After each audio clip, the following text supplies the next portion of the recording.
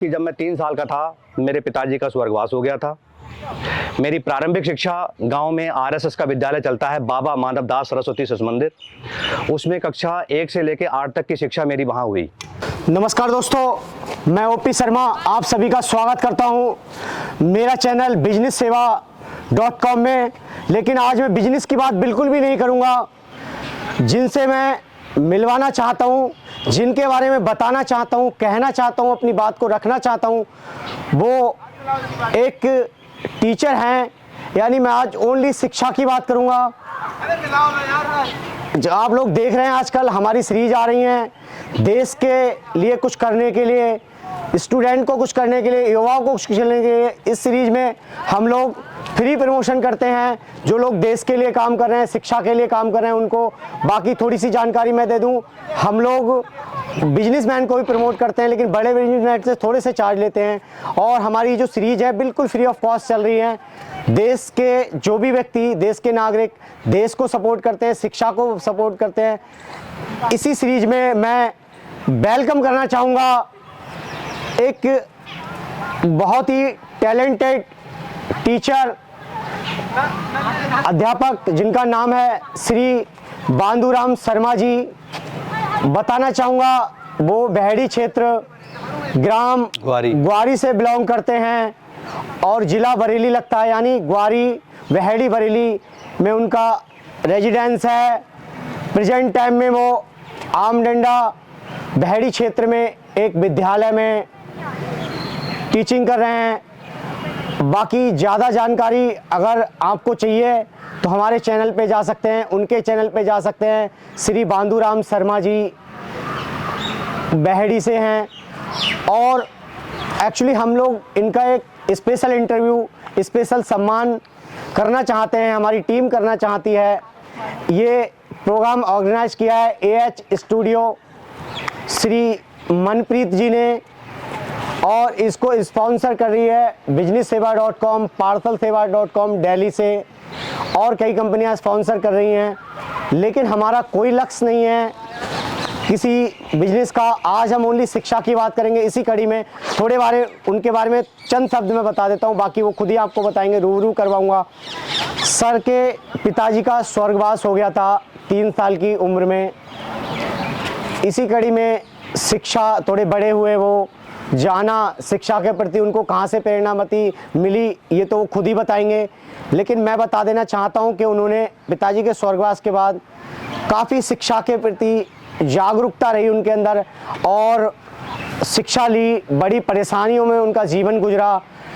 उनके ग्रामीण क्षेत्र के लोगों ने उनको शिक्षा के लिए सपोर्ट किया। उन्होंने उनके लिए पर्सनल वे में जाके काम किए। डिफरेंट परेशानियाँ आई और उन्होंने एंजा इंटर कॉलेज से, जो कि रुद्रपुर में स्थित है, इंटरमीडिएट में टॉप किया। आप उनकी कहानियाँ अखबारों में पढ़ते रहते हैं। एक कटिंग मेरे को मिली थी, न्यूज़पेपर एक्चुअली काफ़ी दिन का रखा हुआ था मेरे ऑफिस में, तो इसमें एक हमारे पत्रकार हैं, उन्होंने छापा था, कड़े संघर्षों के बाद बांदूराम ने पाया मुकाम। तो इनकी संघर्षों की कहानी अगर मैं सुनाने बैठूंगा पूरी बुक लिख जाएगी, क्योंकि हमारी टीम से ही एक व्यक्ति इनके किताब लिखने के बारे में विचार कर रहे हैं। डिस्कशन चल रहा था सुबह, जैसे आपने देखा तिरुपतिनाथ मंदिर में हम दर्शन करने गए थे बाबा के। इन्होंने कहा कुछ खास प्रोग्राम है तो मैं बाबा के दर्शन करना चाहूँगा। इसके आगे मैं इस कड़ी में ज़्यादा विलम्ब ना करते हुए बुलाना चाहूँगा श्री बांदूराम शर्मा जी, अध्यापक हैं। स्वागत है सर आपका। आइएगा, 2 शब्द हमारे ऑडियंस को अपने द्वारा, फिर अपने संघर्ष के बारे में बताइएगा। ये मंच आपके हवाले करता हूं मैं। ठीक, नमस्कार और आपका बहुत बहुत धन्यवाद ये सम्मान देने के लिए। मैं कुछ बताने से पहले 2 लाइनें बोलना चाहूँगा। कहीं से सीखी हैं, सब नीचे ही सीखते हैं, ऊपर से सीख के कोई नहीं आता है। नहीं दी जाती तालीम परिंदों को उड़ानों की, नहीं दी जाती तालीम परिंदों को उड़ानों की, वह तो खुद ही तय करते हैं मंजिल आसमानों की। रखते हैं जो हौसला आसमान छूने का, परवाह नहीं होती उन्हें गिर जाने की। तो आपने मेरे बारे में बहुत कुछ बता ही दिया है। मेरा गांव ग्वारी है, तहसील बहेड़ी है, डाकखाना पचपेड़ा है, जनपद बरेली है। मैं अभी 12 जनवरी को कंपोजिट विद्यालय गुलड़िया लेखराज विकास खंड भदपुरा जनपद बरेली से पारस्परिक स्थानांतरण में कंपोजिट विद्यालय आमडंडा ब्लॉक बहेड़ी जो कि मेरा मूल ब्लॉक है आया हूँ। मैं आपको बताना चाहता हूँ कि जब मैं 3 साल का था मेरे पिताजी का स्वर्गवास हो गया था। मेरी प्रारंभिक शिक्षा गांव में आरएसएस का विद्यालय चलता है, बाबा माधव दास सरस्वती शिशु मंदिर, उसमें कक्षा 1 से लेकर 8 तक की शिक्षा मेरी वहां हुई। 8 पास करने के बाद में मेरे भाई, चूंकि इकलौते भाई अब वो इस दुनिया में नहीं है, स्वर्गीय सालिक राम जी की इच्छा थी कि मैं रुद्रपुर आदित्यनाथ झा राजकीय इंटर कॉलेज में कृषि से पढ़ाई करूं। मैंने टेस्ट दिया, मेरा नाम आ गया, एडमिशन हो गया। अब चूंकि मेरे भाई की आर्थिक स्थिति अच्छी नहीं थी, मेरे पिता थे नहीं, तो पिता का दर्जा मैं उन्हीं को देता था। वो भी मजबूर थे, मैं भी मजबूर था। एडमिशन हो गया, अब कहाँ से खाया जाए, कहाँ से पिया जाए, कहाँ से रहा जाए और कैसे पढ़ाई की जाए। मैं भगवान से प्रार्थना करता था कि हे ईश्वर, मुझे किसी ऐसे शख्स से मिलवा दे, ऐसे महापुरुष से मिलवा दे जो अपना काम करवा ले और बदले में मेरी पढ़ाई का खर्चा दे दे। कहते हैं जब सच्चे मन से आप प्रकृति से कुछ मांगते हैं तो प्रकृति सुनती है, भगवान सुनता है। ऐसे ही मेरे पड़ोस में नन्हेलाल गंगवार जी, वो भी इस दुनिया में नहीं है, उनका बेटा मुझसे पहले पढ़ने चला गया था। हम दोनों हॉस्टल में रहने के लिए फार्म भर रहे थे, तो मिस्टर विजय कुमार शर्मा जी, जिन्हें बीके शर्मा जी भी कहते हैं, वो कहने लगे कि हमें कोई एक ईमानदार लड़का दिलवा दीजिए, हम एक गाय पालते हैं और हमारे 2 बेटे हैं, 1 बेटी है, चौथा बेटा बनके वो रहेगा। नन्हेलाल गंगवार जी ने मेरा नाम सुझाया, हमारी वहाँ पे बातचीत उनसे हुई और इस तरीके से बात हुई कि फिर मैं कक्षा 9th में उनके पास रहना शुरू किया। 9th किया, झा कॉलेज से 10th किया, 11th किया, 12th किया और आगे सरदार भगत सिंह स्नातकोत्तर महाविद्यालय से मैंने बीकॉम किया। इस तरीके से उसके बाद मेरी शादी हो जाती है। शादी में भी मेरे गुरुजी मिस्टर बीके शर्मा जी ने मेरा बहुत सहयोग किया। मैं अपनी गुरुमाता जी को, अपने गुरुजी को बहुत प्यार करता हूँ।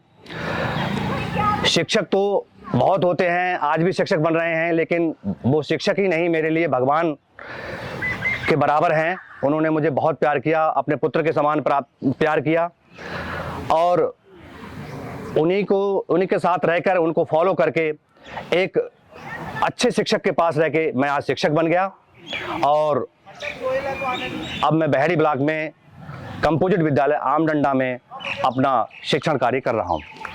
सर, मैंने देखा है आपकी वीडियोस आती हैं, काफ़ी वायरल हो रही हैं। आपके पढ़ाने का अंदाज थोड़ा अलग है, कह सकते हैं आपकी कविताओं में, गीत में एक संदेश छुपा रहता है। मैंने देखा सरकारी स्कूल में बाकी लोगों से बेहतर सभी अच्छा पढ़ाते हैं, लेकिन आप कुछ अलग करके दिखा रहे हैं, तो इसके बारे में काफ़ी लोग पूछ रहे हैं मुझसे, उसके बारे में थोड़ा सा बताइए, प्रेरणा कहाँ से मिलती है आपको? सर, मेरा मानना है कि अगर बच्चे उस तरह नहीं सीख पाते हैं कि जैसे उन्हें सिखाया गया, तो क्यों ना उन्हें उस तरह सिखाया जाए जैसे वे सीख सकें। मैं बच्चों को कहानी सुनाता हूँ, कविताएं सुनाता हूँ, गीत सुनाता हूँ, गतिविधियाँ कराता हूँ। इससे क्या होता है कि बच्चे मेरे साथ जुड़ते हैं और जब बच्चे किसी गुरु से, अध्यापक से जुड़ते हैं तो उसकी बातों को भी सुनते हैं, उसको फॉलो करते हैं।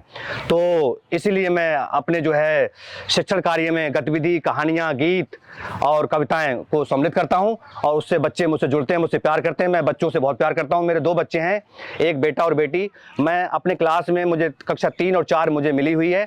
उन कक्षा 3 और क्लास के जो भैया बहन हैं, उनमें मुझे अपने बेटे और बेटे की परछाई नजर आती है। मैं बच्चों से बहुत प्यार करता हूँ, उससे ज़्यादा बच्चे मुझसे प्यार करते हैं। आपने अपने बच्चों को एक 10,000 की शिक्षा मित्र की जब सैलरी थी, तो मैं पढ़ रहा था आपके बारे में, लोगों से जाना कि 10,000 सैलरी में आपने अपने दोनों बच्चों को अच्छे लेवल पे पढ़ा लिया। ITI क्या करवाया, ज़्यादा जानकारी मुझे नहीं है, थोड़ा उसके बारे में बताइएगा। देखिए, परिस्थितियां इंसान को सब कुछ सिखा देती हैं। जब आपकी नीयत साफ होती है तो कम कमाई में भी ज़िंदगी गुजारी जा सकती है, ऐसा नहीं है।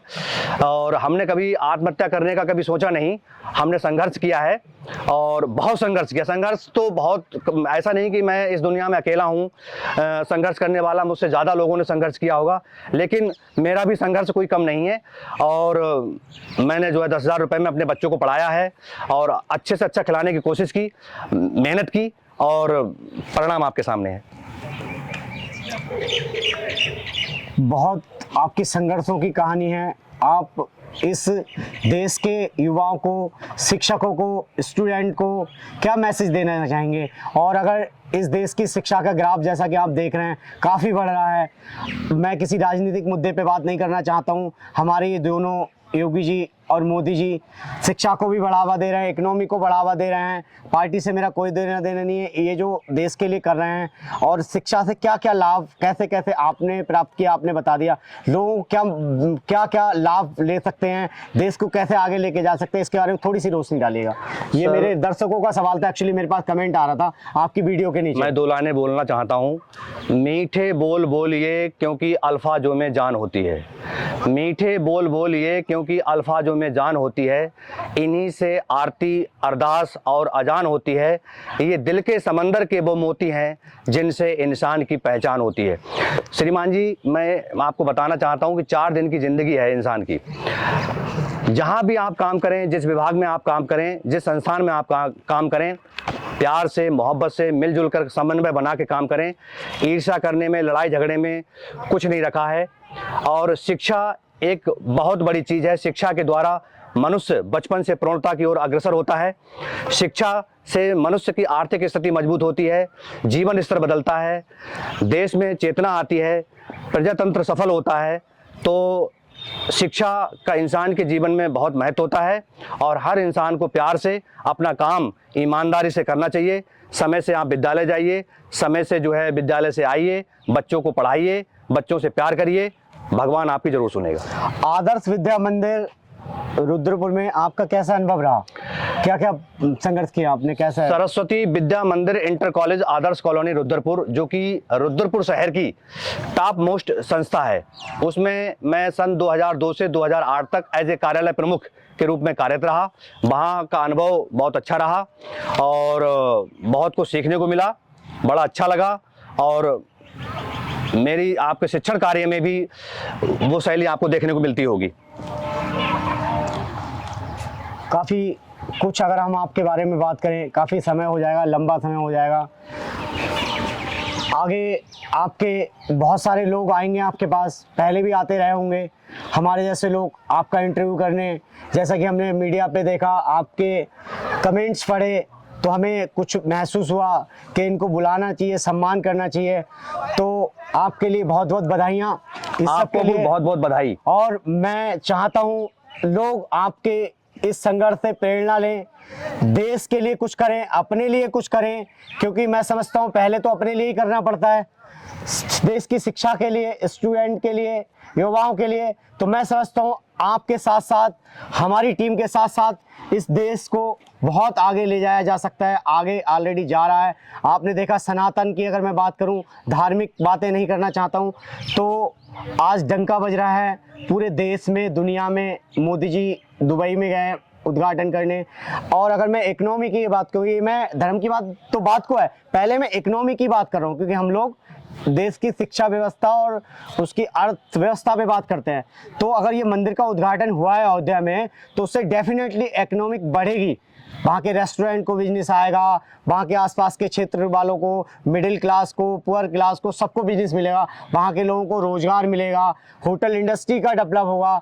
तो आप टूरिस्ट आएंगे, विदेश से आएंगे, तो पैसा आएगा, यानी इकोनॉमी कहीं ना कहीं बढ़ी है। इस कड़ी में आपका भी बहुत अच्छा योगदान मुझे लग रहा है। मेरी आपके लिए ऐसी कामनाएं हैं कि आप ऐसे ही देश के लिए करते रहिए, स्टूडेंट के लिए करते रहिए, हमारे जैसे पत्रकारों को, लोगों को प्रोत्साहन देते रहिएगा। बहुत अच्छा लगता है आपके जैसे लोगों को मिलते। सच बताऊं तो आपके जैसे लोगों से मिलने से मेरी एनर्जी 4 गुना हो जाती है। और मैं इस कड़ी में बहुत धन्यवाद देना चाहूँगा सभी मीडिया प्रभारियों का, जिन्होंने श्री बांधुराम शर्मा जी के या ऐसे किसी और लोगों के इंटरव्यू करके देश को आगे लेके आए हैं, प्रेरणा दी है लोगों को। बहुत बहुत धन्यवाद दोस्तों, बहुत बहुत धन्यवाद सर आपका। आप अपने बारे में कुछ खास पॉइंट यहाँ बता दीजिए, जिससे कि मैं लास्ट में 2 बातें और कहना चाहूँगा। लोगों का कहना होता है कि जो होना है वो होकर रहेगा, ये पौरसहीन कथन है। ये मेरा कहना है, जो होना है वो होकर रहेगा, ये पौरसहीन कथन है। जो हम चाहेंगे वो होगा, इन शब्दों में दम है। मैं समझता हूँ कि इंसान को जो है अपना काम ठीक से करना चाहिए, ईमानदारी के साथ करना चाहिए और अपनी जो है काम के प्रति निष्ठा रखनी चाहिए। तो मैं समझता हूँ कि वो उसके सम्मान में कभी कमी नहीं आएगी। बस मैं अपने शब्दों को विराम देता हूँ। आपका बहुत बहुत धन्यवाद इस सम्मान के लिए। जय हिंद, जय शिक्षक, जय भारत। जय। बहुत अच्छा आप सुन रहे थे श्री बांदूराम शर्मा जी को। अपना सेशन में क्लोज करना चाहूँगा इन 2 लाइनों के साथ। जैसा कि आजकल आप लोग देखते हो, बहुत सारे मोटिवेशनल स्पीकर कहते हैं, बाबा रामदेव कहते हैं, करने से होता है, करने से होता है। वास्तव में डेफिनेटली कुछ ना कुछ करने से होता है। और मैं कहता हूँ जो सोच सकते हो वो कर सकते हो। आज बांदूराम शर्मा जी ने सोचा कि मुझे शिक्षा का ग्राफ अपने आप को आगे ले जाना है।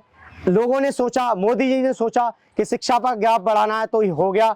तो बाबा रामदेव कहते हैं करने से होता है, बहुत सही कहते हैं। और मैं कहता हूं जो आप सोच सकते हो तो वह कर सकते हो। दोस्तों मेरा मैसेज है कि आप अपनी आदतों को, रोज एक आदत चेंज कीजिए, रोज एक लर्निंग सीखिए और रोज अपनी सोच को अच्छा बनाइए। अगर आपकी सोच अच्छी है, एक दिन डेफिनेटली आप बांदूराम शर्मा जी के जैसे हो जाएंगे, उनसे बेहतर भी हो सकते हैं, बहुत बहुत कुछ कर सकते हैं। हालांकि इनसे हमें बहुत प्रेरणा मिली।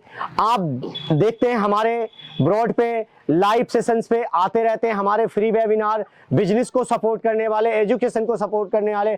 मैं Upesh Sharma, business coach, life coach, business consultant. आप मुझे किसी भी सोशल मीडिया पे देख लेंगे। मेरा कॉन्टैक्ट नंबर 9756561004। अगर हैशटैग के साथ या बिना हैशटैग के साथ भी किसी भी सोशल मीडिया पे अगर आप जाके सर्च करेंगे तो सर मिल जाएंगे।